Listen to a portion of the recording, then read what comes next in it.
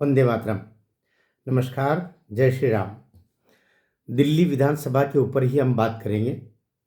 आज हम कह सकते हैं कि अब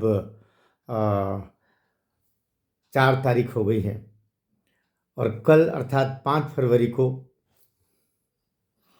दब जाएगी, सबके बटन दब जाएंगे और फैसला हो जाएगा जो 8 तारीख को निकल के आएगा। लेकिन दिल्ली के वोटर्स को आज और कल फिर से सोचने के लिए समय है। फिर 5 साल तक समय नहीं मिलेगा, फिर तो रोना धोना ही है।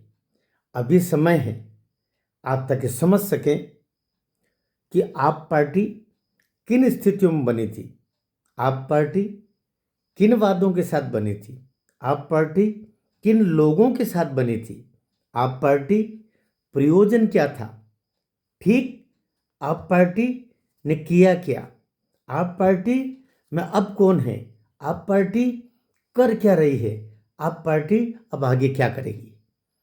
सवाल भी जवाब भी। इसलिए ये 4 फरवरी आज का और 5 फरवरी कल का सोचने का दिन है। और 5 तो फिर सोचने का दिन नहीं है, वो तो करने का दिन है। इसलिए पहले तो मैं आपसे ये अपने वीडियो पर बात आगे बढ़ाऊं, उससे पहले ये कहना चाहूँगा कि आप कल सुबह 7 बजे सबसे पहले वोट डालने जाए। सब काम बाद में, पहले मतदान, पहले वोट डालना। इसलिए कल के दिन आप आराम कर रहे हैं तो आपको न तो फिर कभी सरकार पर बोलने का हक है, न आपको जो व्यवस्थाएं खराब होती है उस पर बोलने का हक है, न बजट पर बोलने का हक है, न अपनी कमाई, न पढ़ाई कमाई, न नेताओं की आलोचना, न व्यवस्था की आलोचना, न ब्यूरोक्रेट्स की आलोचना, न कर्मचारियों की आलोचना, न रोना धोना कुछ। रोने धोने का और कहने का, शिकायत करने का, चाहे वो 4 स्तंभ में, चारों स्तंभ में से किसी भी स्तंभ की आलोचना का अधिकार केवल उसको होना चाहिए जो वोट डालता है। वोट डालने जाइए। और सनातनियों से, हिंदुओं से खास तौर से कहना चाह रहा हूँ, वोट डालना सीखो मुस्लिम भाई बहनों से। कैसे वो आदमी भी बुर्का पहन करके औरत का वोट डालाता है, उनसे सीखो वोट की कीमत। अगर कोई हमारी अमीना बी नहीं जा रही है तो उस समय कोई अकबर बी जा करके बुर्का ओढ़ करके और वोट डालाता है। उनसे सीखो, उनको पता है, अकबर भाई को पता है। अमीना दीदी भले भूल जाए लेकिन अकबर भाई को पता है वोट की कीमत क्या है। उसके लिए तो घर में उन्होंने बच्चे पैदा करने के कारखाने खोल रखे हैं, घर घर। वे अच्छी तरह जानते हैं कि ये लोकतंत्र है, ये प्रजातंत्र है। यहाँ पर शेर को भी एक ही वोट डालने का हक है और बंदर को भी एक ही वोट डालने का हक है, सूअर को भी एक ही वोट डालने का हक है। इसलिए आप कहते हैं शेर का बच्चा एक ही अच्छा, ये मूर्ख बनाने के लिए। एक दिन ऐसा भी आता है और ऐसा भी आ सकता है और ऐसा भी पहले भी आया है जब कई सारे बंदर और सूअर मिलके एक शेर को मार डालते हैं। इसलिए शेर का बच्चा एक ही अच्छा, इस मुगालते में मत रहना। वोट शेर भी लोकतंत्र में एक ही डालता है और सूअर भी एक ही डालता है। और सूअर के एक साथ कितने बच्चे होते हैं और शेरनी के एक बार में कितने बच्चे होते हैं, ये भी ध्यान रखना। बात कटु है, भाड़ में जाइए। यूट्यूब के आपके वीडियो और सब्सक्राइबर और फलाना वो दबाना और घंटी बजाना, देश की घंटी बज रही है। वीडियो की घंटी और चैनल की घंटी और सब्सक्राइबर सब छोड़ो। अगर 5-10 साल ये मोदी और नहीं आता ना तो अब तक तो घंटी की जगह घड़ियाल बज चुके होते। इसलिए जाग जाओ सनातनियों। 5 फरवरी को घर से निकलना। ऐसा नहीं है कि 14 फरवरी वैलेंटाइन डे की तैयारियां 5 फरवरी से करना शुरू कर दो। नहीं तो डंडे तुम्हारे जैसे बांग्लादेश में पड़े ना, डंडे जैसे अफगानिस्तान में पड़े ना, डंडे जैसे पाकिस्तान में पड़े ना, डंडे जैसे अभी कश्मीर में 15-20 साल 25 साल पहले पड़े ना, भाग भाग के 5 लाख कश्मीरी डंडे मार मार के भगा दिए और कईयों को वहीं काट डाले, खेल खत्म कर दिया। औरतें वहीं रख ली, उनकी बच्चे वहीं रख लिए उनके। औरतें और बच्चे क्यों रख लिए? ताकि उन बच्चों को तो आगे चल के मुस्लिम बना ही लिए। वे तो विधर्मी बन गए, उनका तो खतना वतना करके रेडी। और उन्हीं औरतें जो तुम्हारी औरतें वहाँ जिनको रख ली जाती हैं उन्हीं से और आबादी बढ़ाई जाती है फिर विधर्मियों की। इसलिए इस मुगालते में मत रहना कि हमारे एक वोट डालने से क्या होगा, बाकी तो वोट डालने जा रहे हैं ना, पड़ोस के आंटी अंकल सब जा रहे हैं, सब वोट डाले। एक भी वोट अगर आपका निरर्थक जा रहा है तो आप देशद्रोही नहीं सनातन द्रोही भी हो। आप अपनी आने वाली पीढ़ियों को बर्बाद करने के एक कारण आप स्वयं भी हो अगर वोट डाले नहीं जाते हो। शायद ज़्यादा तल्ख हो गया, शायद ज़्यादा कड़वा हो गया, लेकिन आप कड़वे सुनने की आदी हो। मुझे आप वापस वो कुछ लाइक किया हो तो डिसलाइक कर देना, खरी बात तो बोलेंगे भाई। मैं जिस उम्र में हूँ वहाँ पर अपना सब्सक्राइबर बढ़ाऊँ और यूट्यूब से पैसे कमाने के लिए नहीं बैठा हूँ। रिटायर्ड प्रोफेसर हूँ, मेरे को दाल रोटी खूब मिल रही है, लेकिन खरी बात कहने के लिए यह चैनल। इसलिए भाई पहली बात, एक बहुत महत्वपूर्ण बात मैं वीडियो के आखिरी में या बीच में कहीं भी बोल सकता हूँ। अभी कुछ बात कहना बहुत ज़रूरी है, वीडियो आगे पीछे हो जाए किस्तों में देख लेना। अभी 5 मिनट देखना, फिर 5 मिनट देखना, फिर 5 मिनट देखना, ऐसा करके 2-3 किस्तों में देख लेना, क्योंकि आप 5 मिनट से ज़्यादा तो धैर्य नहीं धरोगे। भले 5 लाख को एक साथ भगाया जाए कश्मीर से तो भागने को तैयार रहोगे, लेकिन 5 मिनट का मेरे वीडियो नहीं सुन पाओगे। मत सुनना भाई। मेरा कहना यह है, अरविंद केजरीवाल राजनीति का खलनायक नहीं, राजनीति का एकमात्र विदूषक ही नहीं। विदूषक तो लालू यादव जैसे लोग होते हैं। लालू यादव शायद इस देश के लिए इतना खतरनाक नहीं है जितना अरविंद केजरीवाल है। लालू यादव की बेचारे की विदेशों में बैंकों में खाते नहीं होंगे। लालू यादव के शायद विदेशों से मैग्सेसे पुरस्कार, ये दुनिया भर के जो संस्थान हैं उनसे उनके लिंक नहीं होंगे। यहाँ के तो आप पार्टी के समाचार तो वाशिंगटन पोस्ट से छपते हैं। आप पार्टी की तो बैठकें होती कनाडा में। आप पार्टी की तो जानकारियाँ ली जाती है कहीं न कहीं इटली और ब्रिटेन में।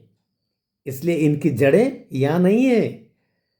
ये लालू यादव जैसे, नीतीश कुमार जैसे, ये अखिलेश यादव जैसे, मैं तो अखिलेश यादव, लालू यादव, इन सबको भी इतना बुरा नहीं मानता हूँ, क्षमा करना। मैं दल का नहीं दिल का आदमी हूँ, इसलिए दिल से बात करो। और मेरा दिल में केवल भारतवर्ष रहता है। जो भारतवर्ष के साथ में है, जो मेरे देश के साथ में है, मैं उसके साथ प्राण देने को तैयार। लेकिन जो देश के दुश्मन हैं, जो देश को खोखला करना चाहते हैं, जो इस देश को बर्बाद करना चाहते हैं, जो इस देश को खंड खंड करना चाहते हैं, उसमें ही आप पार्टी है, उसमें ही कांग्रेस है। ये कांग्रेस एक समय अच्छी थी, ये नहीं कहना चाहिए। वही इंदिरा जी एक समय अच्छी, बुराइयाँ तो सब में ढूंढोगे तो राम और कृष्ण, महावीर, स्वामी में सब में ढूंढ लेते रहे भाई।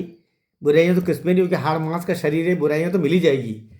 लेकिन समग्र में देखेंगे तो पुराने लोग इसमें कोई इतने खराब नहीं थे, वरना इतिहास उनको कब से उनके मुंह पर कालिक पोत चुका होता। लेकिन अभी जो एक विदेशी महिला के आने के बाद से कांग्रेस जो षड्यंत्रकारी पार्टी बन गई, इस देश को भी वो डुबोना चाहती है। पता नहीं कौन सा एजेंट आकर के प्रधानमंत्री निवासों में बस गया, कि परिणाम यह हो रहा है कि वहाँ से अब केवल या तो चीनी घुसपैठ पर बातें हो रही है। चीन के राजदूतों से जाकर के रातम रात प्रधानमंत्री कार्यालय से निकल के एक बंदा जाता है, या विपक्ष में बैठा होता है तो विपक्ष के गलियारों से होकर के वहाँ जाता है। कभी नेपाल में मिलता है, कभी वो आसाम में जाके उसके राजदूत से मिलता है, कभी वो किसी विदेश में किसी तीसरे देश में जाकर के चीनी नेताओं से जाकर के मुलाकात करता है। और जो राजीव गांधी फाउंडेशन है उसमें अरबों रुपया उनका दान में चीन से आता है। और फिर संसद में कहा जाता है प्रधानमंत्री नरेंद्र मोदी चीन से डरते हैं, चीन हमारी जमीन लेके बैठा। चीन के सबसे बड़े घुसपैठिए तो यहाँ तुम हो। चीन के सबसे बड़े जो एजेंट हैं वो तो तथाकथित नेहरू गांधी परिवार से निकल के आया हुआ कपूत बैठा हुआ है, जो पता नहीं कौन सा सोरस, कौन सा मामा जी काका जी इटली में बैठे हैं, सोरस अमेरिका में बैठा है, ब्रिटेन में उनके काका बैठे हैं, न जाने कौन से नचनियों के समूह हैं वो भी हैं। वो सब राय देते हैं और वो केवल देश को भारत तेरे टुकड़े होंगे जैसे लोगों के पीछे जाके खड़े हो जाते हैं। इसलिए लड़ाई तो बहुत बड़ी है भाई, लड़ाई बहुत बड़ी है। इसलिए अरविंद केजरीवाल और ये एक ही सट्टे बट्टे के हैं। ये तो अभी मान के चलो, कांग्रेस बिल्कुल नहीं चाहती है कि आप पार्टी हारे। वो केवल आप पार्टी के साथ में इस तरीके से गलबैयां, थोड़ी सी दूरी, थोड़ी सी नज़दीकियां ऐसे बताते हुए कि अभी दिल्ली में कर रहे हैं, ताकि जो कार्यकर्ता है वो बिल्कुल पता चला इनको जूते मारना निकल आते हैं। तो कांग्रेस के कार्यकर्ता ये जो माँ बेटे और भाई बहन की पार्टी है ना, इनको निकाल के मारते कि तुमने हमको तो खड़े करवा दिए। भाई 10,000 रुपया तो जमानत के लगते हैं ना, 10,000 तो डुबवा दिया, हमारा नाम भी तुमने खराब करवा दिया, हमको टिकट दे करके तुम खुद कहाँ गायब हो गए। इसलिए उस मार पिटाई के डर से ये लोग बहन भाई और ये सब निकले हैं हम धीरे धीरे बाहर। लेकिन अभी भी इनके मुंह सिले हुए हैं, अरविंद केजरीवाल से अभी भी थर थर कांप रहे हैं। क्यों? अरविंद केजरीवाल नहीं है, विदेशी शक्ति का दूसरा प्रतिरूप है यहाँ पर, जिसकी जड़ें बहुत गहरी है। ये व्यक्ति कांग्रेस से भी ज्यादा खतरनाक है। कांग्रेस तो, जैसे कांग्रेस के संदीप दीक्षित बोले, भाई बोल रहे हैं बेचारे कि हम भी वो फ्री की योजना इसलिए बोल रहे हैं, हमको पता है कि ये फ्री देश को बर्बाद कर देगा, देश को खोखला कर देगा। हम न सेना को अपने सन्नत कर पाएंगे, न आयुध कारखाने को नए नए आविष्कार कर पाएंगे, नए को निर्माण कर पाएंगे। देश एकदम भट्ट से भट्टा बैठ जाएगा हमारा, क्योंकि खजाने खाली हो जाएंगे। कहाँ से देगी कि हम जब विदेशी हम पर आक्रमण भी करेंगे तो कैसे क्या करेंगे? केवल made in China, made in US, made in Italy, made in south Korea, ये चीज़ें हम लाते रहेंगे, या अपनी मेड इन इंडिया चीज़ से दुनिया को भी अवगत कराएंगे? वो करने के लिए पैसा चाहिए ना, पैसा कहाँ से लेके आएंगे? और पैसा ये इकट्ठे नहीं होने देना चाह रहा किसी कीमत। इसलिए अरविंद केजरीवाल, राहुल गांधी की भाषा एक है कि देश सब बांट दो। जैसे कल वो अरविंद केजरीवाल ने बोला कि जीएसटी भी आपके आधे रेट हो जाएंगे अगर आपने दिल्ली भी इनको जम के हरा दिया तो। क्या चाहते हो? टैक्स कहीं से नहीं लेंगे तो आखिर देंगे कहाँ से? जैसे तुमने 10 साल में दिल्ली के तिजोरी खाली करके रख दी, पूरी तिजोरी खाली। इसलिए वो जो 18,000 रुपये देना था मौलवियों को, वो पिछले 2 साल से दे नहीं पा रहे, पैसे ही नहीं है, खजाने खाली पड़े हैं। टैंकरों वालों को 6-6 महीने का पैसा देना बचा है। बिजली कंपनियां ठाई ठाई कर रही पैसा लाओ, सब बिल ले लेके बैठे हुए हैं। न पानी का पेमेंट कर पा रहे, न बिजली वालों को पेमेंट कर पा रहे, कंपनियों का, न आपकी योजनाओं जितनी भी उन्होंने खोली थी उनका पेमेंट कर पा रहे। और वो बसें जो फ्री चलाई, अब बस का भी पिछले 3, साढ़े 3, 4 महीने से डीजल टैंक भरवाने का, इलेक्ट्रिक खर्च जो उनके बिलिंग का, उनका पैसा नहीं दे चुका पा रहे। सब खजाना बर्बाद करके रख दिया। या तो इसको पता चल गया था भाई को जब ये जेल में गया था कि अब मैं चुकाना कर कुछ नहीं कर पाऊंगा। कितना बड़ा षड्यंत्रकारी होगा भाई। एक भी नेता, आप लालू, मैं लालू की तारीफ नहीं कर रहा हूँ, लेकिन लालू यादव भी जब उसको कोर्ट से उसको दोषी सिद्ध कर दिया तो जेल जाने से पहले त्यागपत्र देके गया ना। हेमंत सोरेन जब उसको सीबीआई पीछे लगी, अरेस्ट करने पहुंच गई, त्यागपत्र देके गया ना। उधर से हमारे हरियाणा के एक पूर्व मुख्यमंत्री त्यागपत्र देके गए ना। जितने नेता जिनको अगर पुलिस अरेस्ट करने की नौबत पर आ जाती है तो वो त्यागपत्र दे करके फिर जेल के शोभा बढ़ाने जाते हैं। ये तो जेल भी बाकायदा हो आया, जेल में भी निर्लज्ज त्यागपत्र दिए बिना गया। इतना ही नहीं, जेल से ही वो तो सरकार चलाने के मूड में था पूरा, क्योंकि हमारे कानून में ऐसा कहीं नहीं है कि आप जेल में रह करके जेल जाओ तो आप त्यागपत्र देके जाओ। क्योंकि संविधान निर्माताओं ने, बाबा साहब अम्बेडकर ने, उस समय के जितने भी संविधान निर्माता थे, 329 लोग थे, उन महाप्राण लोगों ने, विचारों ने सोचा ही नहीं था कि ऐसा भी निर्लज्ज कोई हो सकता है कि जिसको, जो गिरफ्तार होकर के जेल में जाएगा लेकिन त्यागपत्र दिए बिना जाएगा। ये उसका ही है। अन्ना हजारे का चेहरा आपको कभी ध्यान में आता है? अन्ना हजारे जैसा साधु आदमी, फकीर आदमी, क्या शोषण किया उसका। उसको यूं मरोड़ करके कचरे के डिब्बे में यूं फेंका, और कचरे के डिब्बे को फिर यमुना में डाला ताकि यमुना को और गंदी करे। मैं यूं नहीं कह रहा हूं कि अरविंद के वो अन्ना हजारे कचरे के समान थे, लेकिन इसने तो वही गत की ना।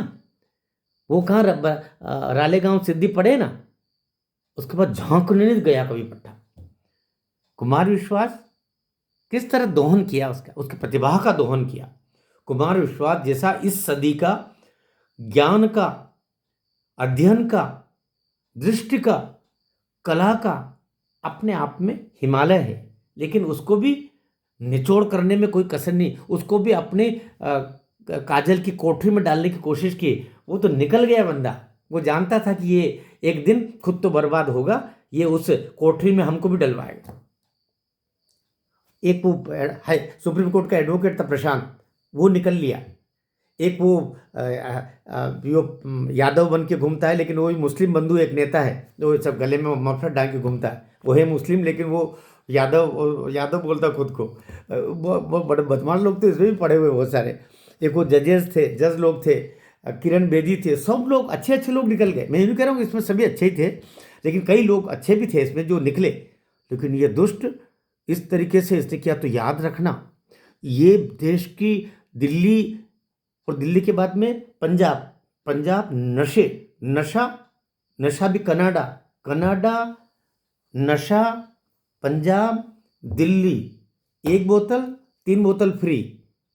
अरे नेता लोग तो चुनावों में दारू बांट करके और वोट लेते रहे हैं, ये तो 5 साल दारू बांटता रहा पट्टा, फ्री भी बांटता रहा। तो बहुत सतर्क रहने की आवश्यकता है, बहुत सतर्क रहने की आवश्यकता भाई।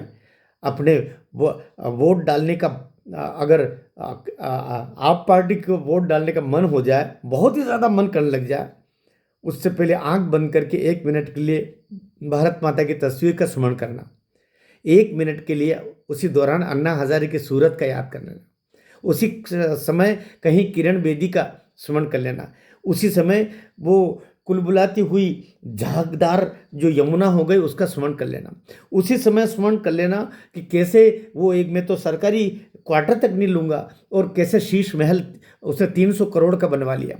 उसी समय स्मरण कर लेना कि कैसे इसने कहा था कि मैं, मेरे बच्चों की सौगंध है, मैं कोई सरकारी सुविधा गाड़ी नहीं लूँगा। तब याद कर लेना ये क्या था और ये क्या है। और अब भूले से भी अगर आप पार्टी और केजरीवाल वापस आ गया तो सदियां याद करेगी, ये दिल्ली की ऐसी गत कर देगा। अभी तो उसने कूड़ा घर बनाया है, बाद में कूड़ा घर के बाद में क्या होता है, उसमें जो मच्छर कीटाणु और ये जो पैदा होकर के और महामारी फैलती है, ये महामारी का रूप लेगा। इसीलिए ये मोदी जी जो बोले ना, आपदा तो अब आएगी अगर भूले से तुम्हारा बटन झाड़ू की तरफ चला गया हाथ। तो अब बहुत सतर्क और बहुत चिंतातुर होने की आवश्यकता। मैं बीजेपी के कार्यकर्ता नहीं हूँ, मैं बीजेपी का कोई नेता नहीं हूँ, मैं एक सहज राष्ट्र का सेवक हूँ। उस बतौर आपको सावधान करना चाह रहा हूँ। अड़ोसी पड़ोसी बीजेपी का ये प्रवेश वर्मा है, ये फलाने हमारे अच्छे अच्छे लोग भी हैं उसमें, हमारे अच्छे लोग खड़े, नाम देना से कुछ लोग कहेंगे कि ये प्रवेश वर्मा तो एक प्रतीकात्मक है, वो पहले सांसद भी रहे हैं, यद्यपि वो कुछ ज़्यादा ही बोल रहे हैं चुनावों में, इतने बोलने की आवश्यकता नहीं। प्रवेश वर्मा जी, आप अभी मुख्यमंत्री नहीं बने हैं कि आप पहले से ये घोषणा शुरू कर दें कि हम ये करूँगा, मैं ये कर दूंगा, ताल कटोरों को फलाना कटोरा बना दूंगा। नहीं बोलना चाहिए। विनम्रता जनता पसंद करती है। विनम्र रहिए, शालीन रहिए, नतमस्तक होकर रहिए, जैसे आपके पिताजी थे साहब सिंह जी वर्मा। आप में थोड़ा घमंड है, मत रखिए घमंड प्रवेश जी, मैं आपके बड़े भाई के नाते बोल रहा हूँ। और ये मेरे वीडियो आप तक जाना चाहिए। दिल्ली के लोगों, मैं तुमको भी वीडियो भेज रहा हूँ, प्रवेश वर्मा को बोल देना ये मेरा वीडियो देख ले। विनम्रता सीखिए। अभी से उनका बर्ताव ऐसा था जैसे वो मुख्यमंत्री बन गए। बीजेपी के कार्यकर्ता राष्ट्र की सेवा करने वाले कार्यकर्ता होते हैं, भारत माता की सेवा करने वाले कार्यकर्ता होते हैं। वैसे बनो भाई, साहब सिंह जी वर्मा जैसे बनिए। तो मैं अभी घोषणा करता हूँ, वैसा नहीं करना चाहिए, हम करेंगे, मोदी जी करेंगे। हमारे संघ तो है ही, बीजेपी के बड़े कार्यकर्ताओं से मैं आग्रह करूंगा ऐसा करेंगे। अपनी वाणी तो जरा शब्द तो सही चुनाव कर लो। तुम्हारे शब्द भी अगर कांग्रेसी उस तरीके और आप पार्टी तरीके ही ओछे शब्द रहेंगे तो लोग तुमको पसंद नहीं कर पाएंगे भाई। ये तो अच्छी बात है कि हमारे गौतम जी जैसे नेता वहाँ पर हैं दिल्ली में। वे हमारे संघ में जब हमने तृतीय वर्ष कर रहे थे तो वे हमारे एक ही गट में हम लोग थे। गौतम जी भी खड़े हुए अभी चुनाव में। मैं गौतम जी आपको बहुत बहुत शुभकामनाएं देता हूँ, और सारे अच्छे लोग हैं। और मैं तो सही बोल रहा हूँ भाई, कबीरा खड़ा बाजार में वाली बात है। मैं अब उस बिंदु पर आ रहा हूँ। ये सब बातें इसलिए मैंने पूर्वा पर लेके आया कि किस तरीके से दिल्ली को 11 साल में ऐसा कर दिया कि बिल्कुल, अरे कहाँ, तो अगर ये 11 साल नरेंद्र मोदी जैसे एक तपस्वी के हाथ में अगर दिल्ली होती, बीजेपी जैसे संगठन के हाथ में होती, तो अभी ये वाशिंगटन डीसी कहीं न कहीं शीश झुकाता हमारे दिल्ली के आगे। लेकिन इसको कचरा घर बना के छोड़ दिया पूरा, चारों ओर बदबू मार रही दिल्ली है। जब कोरोना महामारी हुई तो खुद छुप गया, हाँ, अरविंद केजरीवाल उस दौरान, और दिल्ली को बेहाल छोड़ दिया। ये तो धन्य हो मोदी जी और अमित शाह और सारे लोगों ने जनता को बचाया, दिल्ली की जनता को बचाया। तो लुटेरे लोग हैं, हाँ। तो बहरहाल अब जो मैं महत्वपूर्ण बात कहना चाह रहा हूँ, जो सर्वे रिपोर्ट्स आए हैं जिनके बारे में मुझे आपसे अब कहना है कि सर्वे रिपोर्ट अभी भी नेक टू नेक आ रहे हैं। दुखद बात यह है, चिंता वाली बात यह है, बीजेपी अभी भी 42-45 बता रहे हैं, 42-45, लेकिन अभी कहीं न कहीं कांग्रेस की 2-3 सीटें बता रहे हैं, और कांग्रेस की सीटें अगर 3 से 10 हो गई तो मान के चलिएगा फिर आप पार्टी 15 सीट पर ही सिमट सकती, ये भी हो सकता है। क्योंकि कांग्रेस ने जो स्ट्रेटजी बनाई वो ऐसी बनाई कि वो कुछ खास सीटों पर ही ताकत लगा रहे, सब सीटों पर नहीं लगा रहे।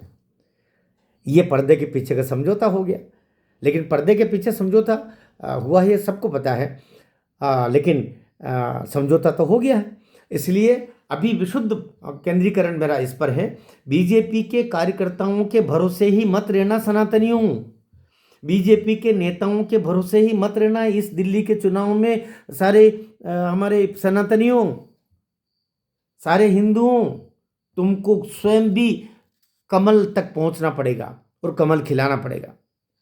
इनकी गुटबंदियां हो सकती है, उसको टिकट मिला तो वो घर से नहीं निकला, उसको टिकट नहीं मिला तो वो घर से नहीं निकला, हर पार्टी में होता है, बीजेपी में भी होता है। इसलिए आपको बीजेपी के कार्यकर्ता का फ़ोन या उसके ऑटो रिक्शा या उसके स्कूटर का रास्ता मत देखना, स्वयं निकलना। और जैसा मोदी जी ने बोला, ढोल नगाड़ा बजाते हुए, और ढोल नगाड़े बजाते जय श्री राम बोलते हुए। अपन तो भजन मंडली के लोग हैं यार, तो भजन मंडलियाँ गाते हुए जाइए, है ना, राम जी राम धुन गाते हुए जाइए, हनुमान चालीसा का पाठ करते हुए जाइए, और जा करके और बटन जैसे दबाएंगे, अयोध्या में प्रभु श्री राम प्रसन्न हो जाएंगे, उनके चरणों में कहीं एक स्पंदन होगा आपका एक बटन दबाते ही। इसलिए ऐसा करना है। और अभी जो रिपोर्ट्स आई हैं, कुछ 2-3 रिपोर्ट्स जो गोपनीय रखी गई थी, लेकिन आज दोपहर बाद में वो आउट हुई है, उनसे यह है बीजेपी आ रही है, बीजेपी आ रही है, उसकी चिंता नहीं है। लेकिन अभी जिस तरीके से सूचना है, अरविंद केजरीवाल ने कई रोहिंग्याओं को, कई बांग्लादेशियों को जो अभी कहीं न कहीं छुपा करके रखे हैं, उनको प्रशिक्षण दिया जा रहा है किस तरीके से 4-4 बार वोट डालने जाना है। एक व्यक्ति 4 बार वोट डालने जाएगा, किस तरीके से शाही मिटाना, दूसरे के नाम पर जाकर के वोट कैसे डालना, किस तरीके से उसका परिचय करना। क्योंकि अभी दिल्ली सरकार के द्वारा ही अभी 10 साल से जो कर्मचारी वहाँ पर बूथ पर बैठे होंगे, वो दिल्ली सरकार के ही कर्मचारी 10 साल से अभी तक। इन्होंने पूरा नेटवर्क, पूरी तैयारी करके रखी है, हर बूथ पर ये व्यवस्थाएं हैं। इसलिए बीजेपी वालों खाली जय श्री राम वंदे मातरम यही मत करते रह जाना, उनको ये भी देखना पड़ेगा वहाँ चल क्या रहा है। 6:30 बजे ही बूथ पर चले जाना और वहाँ की सारी व्यवस्थाएं देखना, निगाह गड़ा के रखना, भूखे पेट रह जाना एक दिन, यूँ मान के चलना कि उस दिन अपना व्रत ही सही। वैसे उस दिन मान के चलो मंगलवार आएगा, मुझे संभवतः जो है आज क्या वार है, जो भी हो, मुझे लगता है मंगलवार आएगा या बुधवार आएगा, जो भी आप देख लेना। बुधवार आया तो गणेश जी का वार, मंगलवार आया तो हमारे इनका हनुमान जी का वार, है ना, गुरुवार आ जाए तो गुरु जी का वार, जो भी अपना तो 7 दिन में कोई न कोई वार रहती है, तो उस दिन व्रत कर लेना। लेकिन बूथ छोड़ के मत जाना, वहीं निगाह गड़ा के रखना, अपने सामने सीलिंग हो, आपके सामने सील खुले, आपके सामने सील लगे और आपके सामने उस पर आप हस्ताक्षर करना।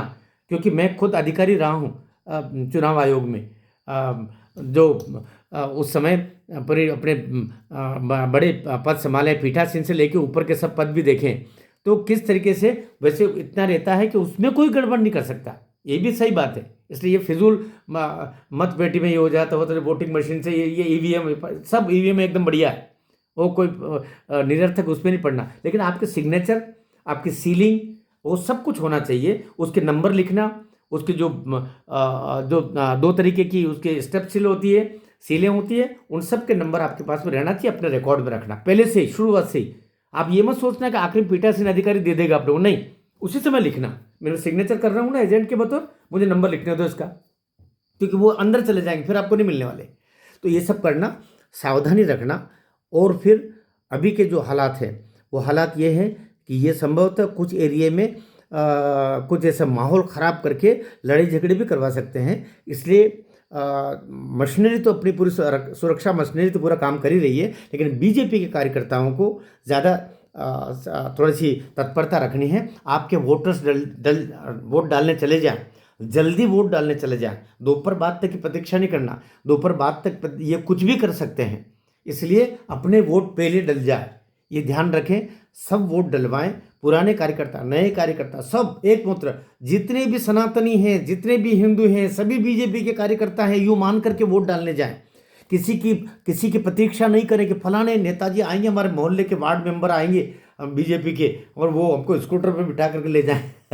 ऐसा नहीं करना मेरे भाई, हाथ जोड़ें, ये प्रतिष्ठा का सवाल है। योगी बाबा को षड्यंत्र पूर्वक रोक लिया गया है। योगी बाबा ने तो अगर एक दिन कि उनके रैली के आगमन से पूरा दिल्ली का माहौल बदल गया था। अगर ये 2-3 दिन और अगर लगातार आते रहते तो शायद मुझे लगता है 70 में से 70 सीटें बीजेपी ला सकती थी, लेकिन उन्होंने षड्यंत्र पूर्वक वहाँ पर भगदड़ करवाई, और कहीं न कहीं योगी बाबा को रोकने के लिए षड्यंत्र हुआ है ताकि आ न पाए। इसमें आप पार्टी, कांग्रेस दोनों शामिल है, मैं ऐसा बोल रहा हूँ, ऐसे सूचना तंत्र भी बता रहा है। मेरी जानकारी भी ये निकल करके वहाँ से आ रही है कि इसमें षड्यंत्र इन्हीं का है ताकि योगी आदित्यनाथ दिल्ली में चुनाव नहीं कर सके। केजरीवाल भी ये चाहते थे, अखिलेश भी ये चाहते थे कि ये मिल्कीपुर तक न जा सके, ये यहाँ भी नहीं आ सके। इसलिए अखिलेश यादव का आपको सपोर्ट था, आपका अखिलेश यादव को सपोर्ट है, लेकिन इनका किसी भी तरीके से कांग्रेस एक तरफ रह गई। लेकिन कांग्रेस का भी इस मामले में सपोर्ट था कि अगर वहाँ कुछ भगदड़ हो जाए, इसीलिए अभी आप पार्टी ज़्यादा मुखर हो करके बोल रही कि वहाँ हज़ारों मर गए। लाखों बोल दो, करोड़ों बोल दो, तुम्हारा मुंह है, तुम्हारी जुबान है। अरे 30 लोग हैं, एक एक को फिर 25-25 लाख रुपए दिए भी हैं और नगद चेक दिया है, सारे रिकॉर्ड में है। अरे दुष्टों, सनातनियों को हतोत्साहित करने के लिए इतने षड्यंत्र क्यों बुन रहे हो? लेकिन मुझे लगता है जीत सनातन की होगी, जीत हिंदुत्व की होगी, जीत भारत माता के सपनों की होगी, जीत भारतीय जनता पार्टी की होगी। आप सब लोग पूरा प्रयास करें। हम लोग तो जितना बन पड़ रहा है एक सही नैरेटिव देने के लिए निरंतर सोशल मीडिया पर हम काम कर रहे हैं, मेरे जैसे और भी बंधु काम कर रहे हैं। अब आखिरी में बोल रहा हूँ, इस वीडियो को दिल्ली के एक वोटर के पास पहुंचाना, ये आपकी जिम्मेदारी है। भारत माता की जय।